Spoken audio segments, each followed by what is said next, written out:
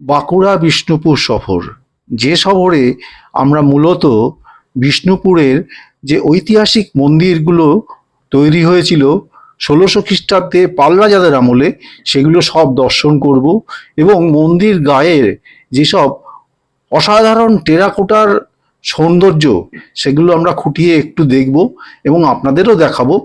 আর সেই মন্দির নগরী দর্শনের সাথে সাথে আমরা যাব বাঁকুড়া এবং মূলত বাঁকুড়ায় গিয়ে তার আশপাশে যেসব সুন্দর জায়গা আছে সেগুলো এক্সপ্লোর করব।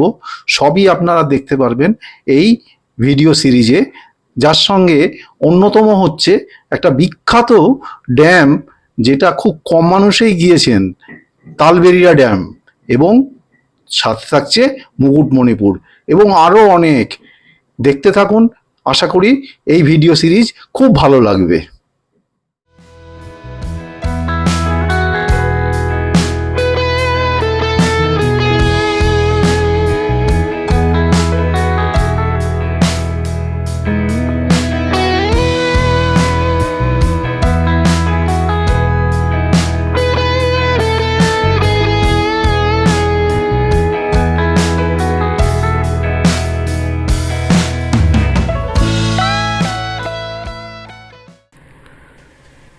রানার দুনিয়ায় আপনাদের স্বাগতম বন্ধুরা।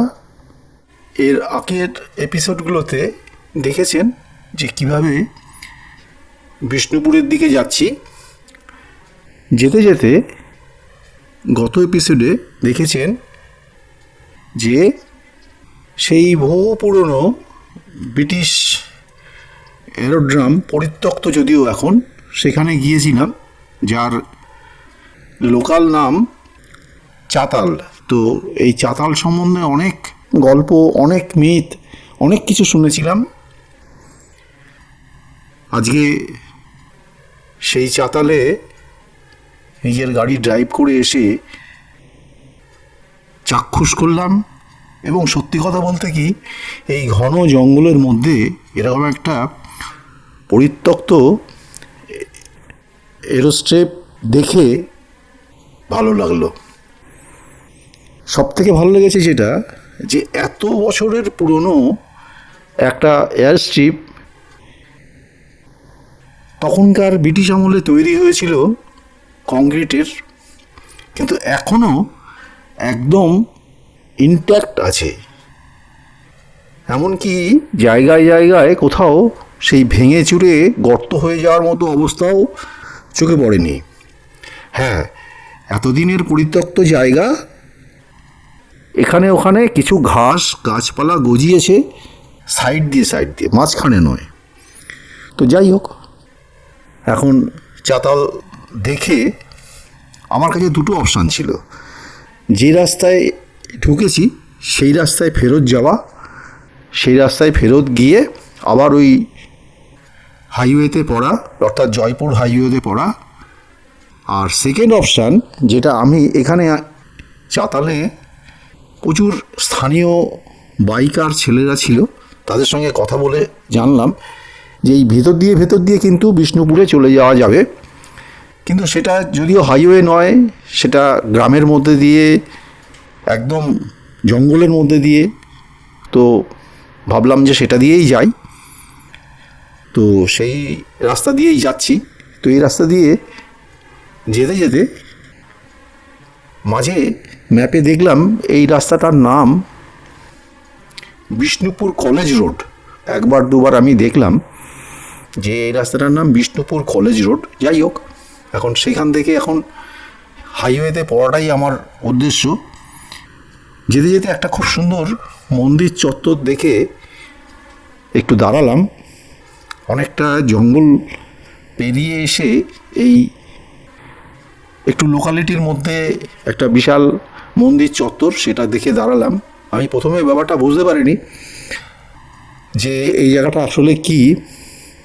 তো সেই হিসাবে প্রথমে একটা মন্দির, খুব সুন্দর মন্দির, পরিষ্কার পরিচ্ছন্ন, সুন্দর বলতে আভিজাত্য নেই, কিন্তু বেশ একটা পবিত্রতা আছে। ভেতরে বিগ্রহ, মা কালী মূর্তি। আমি বাইরের থেকে প্রণাম করলাম, যদিও এখন মন্দিরের সামনে যে কোলাসোল গেটটা বন্ধ করা ছিল, এবং আশপাশটায় বেশ অনেকটা জায়গা জুড়েই মন্দির পরিসর।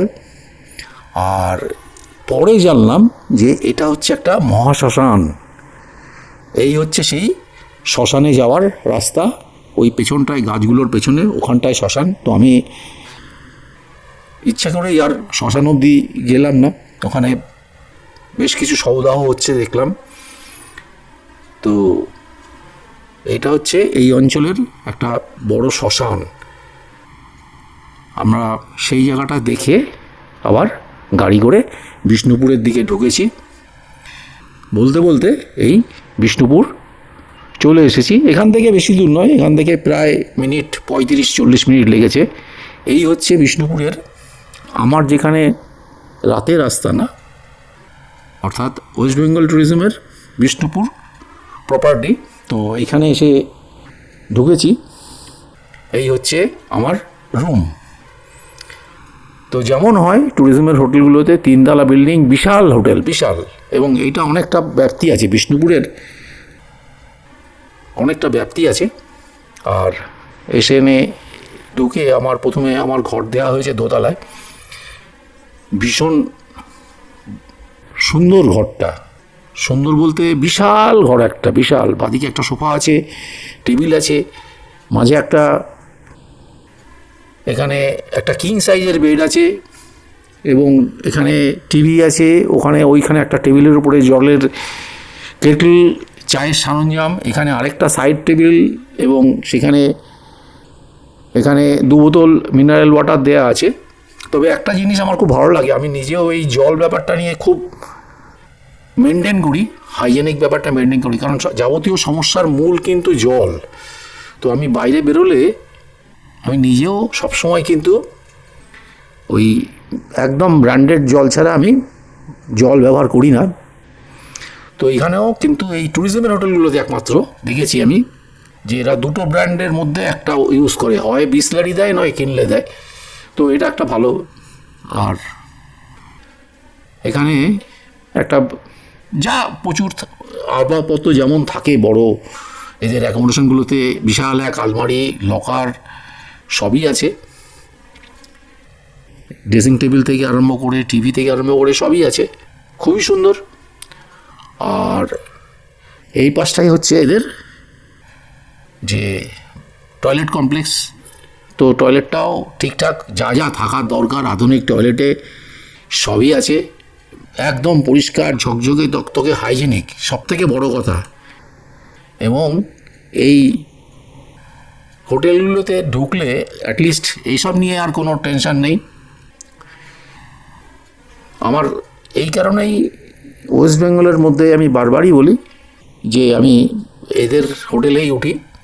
আর এইখানে একটা হোটেল আছে, এই দরজা আছে, মাফ করবেন, দরজা দিয়ে বেরিয়ে একটা ব্যালকনিতে আসা যায়, ছোট্ট ব্যালকনি কিন্তু খুব সুন্দর। বাইরে কাচের জানলার স্লাইডিং উইন্ডো আছে, প্লাস নেট দেওয়া আছে যাতে কোনো রকম পাখি, পোকামাকড় ইত্যাদি না ঢুকতে পারে। পেছনে প্রচুর গাছপালা দেখছি। আর ওই দিকে হচ্ছে মেন রোডটা, ওই যে গাড়ি যাচ্ছে, অটো যাচ্ছে, ওই রাস্তা দিয়ে আমরা এসেছি, বা ওদিক দিয়ে যাওয়া যাবে। এই হচ্ছে মোটামুটি হোটেল প্রেমিসেস। তো মালপত্র রেখে, গুছিয়ে রেখে এবার আমরা বেরিয়ে পড়েছি বিষ্ণুপুর, যে কারণে আসা, মন্দির নগরী, সেটা দর্শন করার জন্যে। তো আমি একটা টোটো ভাড়া নিয়েছি, কারণ কি ভেতরে ঘুরবো, তো নিজের গাড়ি কোথায় রাখবো, কোথায় পার্ক করবো, এইসব অনেক সমস্যা হয়। তো সেই সমস্যা অ্যাভয়েড করার জন্যেই আমি ফুল ডে একটা টোটো ভাড়া করে নিয়েছি, যে টোটোটাই কনভিনিয়েন্ট। তো প্রথম ও আমাকে নিয়ে এলো যেটা বিষ্ণুপুরের সঙ্গে একদম আইকনিক, যে রাসমঞ্চ। তো এই রাসমঞ্চ নাম আপনারা জানেন যে এই বিষ্ণুপুরের সমস্ত মন্দিরগুলো বহু পুরনো, 1600 খ্রিস্টাব্দের পাল রাজাদের আমলে। এবং পরপর পরপর অনেক মন্দির এখানে স্থাপিত হয়েছে। তো আমরা সমস্ত মন্দিরগুলোই ঘুরে দেখব।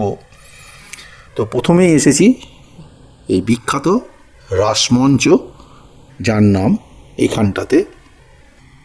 এবং সবথেকে বড় কথা, এই বিষ্ণুপুরের সমস্ত মন্দিরগুলো সব কিন্তু ওই পোড়ামাটি, ইট ইত্যাদি দিয়ে তৈরি। তো ভীষণ সুন্দরের গঠনশৈলী। আমার তো প্রথম দর্শনেই মানে যাকে বলে অভিভূত হলাম এই রাসমঞ্চের ঢুকেই। দেখুন, এর মাঝখানটায় একটা একদম মন্দিরের মতো আছে, আর এই চতুর্দিক দিয়ে এরকম বারান্দা এবং এরকম আর্চ করে করে করে করে করে করে ঘোরানো আছে। মানে কনস্ট্রাকশন শৈলী অসাধারণ অসাধারণ।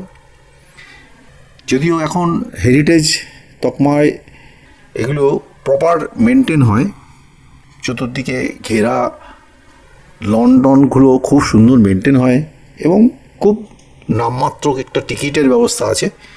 এবং এই নামমাত্র টিকিটটা কিন্তু ভীষণ ভালো, কারণ এতে হয় কি, আনওয়ান্টেড মানে মানুষজন ভেতরে ঢুকে নোংরা করতে পারে না, কিছু অসুবিধা করতে পারে না, এতে ভালো হয়। এখানে আমাকে বলা হলো যে এখানে একটাই টিকিট কাটলে সমস্ত মন্দিরগুলোর জন্যই আপনার গেট পাস হয়ে যাবে। তো আমি যথারীতি সেই টিকিট কেটেছি। দেখুন, পর পর পর পর কিন্তু লেয়ার ওয়াইজ এরকম বারান্দা আছে, চতুর্দিকে একটা লেয়ার, তারপরে আরেকটা লেয়ার, এরকমভাবে কিন্তু লেয়ার ওয়াইজ করা আছে। এবং অনেকটা সেই লখনৌতে গিয়েছিলাম ভুলভুলাইয়া দেখতে, তো আপনাকেও কিন্তু সেই ভুলভুলাইয়ার স্মৃতি মনে করিয়ে দেবে যে আপনি কোথা দিয়ে বেরিয়ে কোথা দিয়ে যাবেন।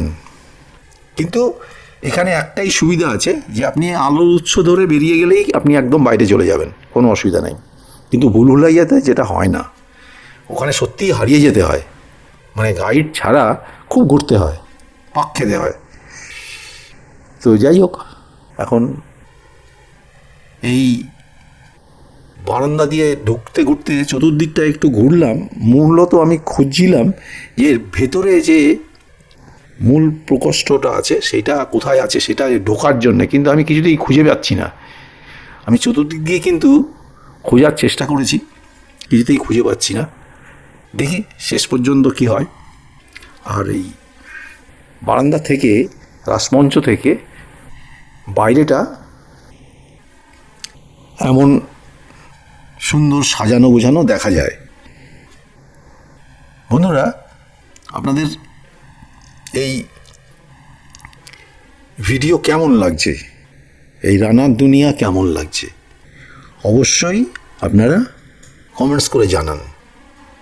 এবার রাসমঞ্চ ছেড়ে বেরিয়ে এসেছি।